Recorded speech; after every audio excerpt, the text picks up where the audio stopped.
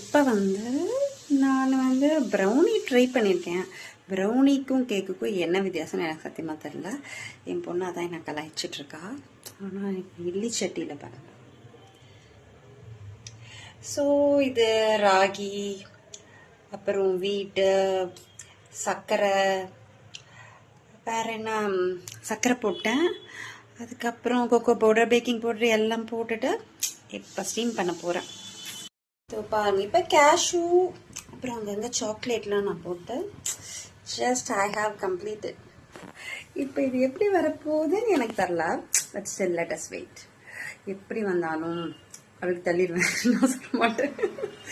So சாக்லேட்லாம் போட்டிருக்கேன், நாட்டு சர்க்கரைலாம் போட்டேன். ஸோ சுகர் நான் எடுத்துக்கிறது இல்லை. அவள் கண்ணாப்பின சுகர் சாப்பிட்டுருக்கா.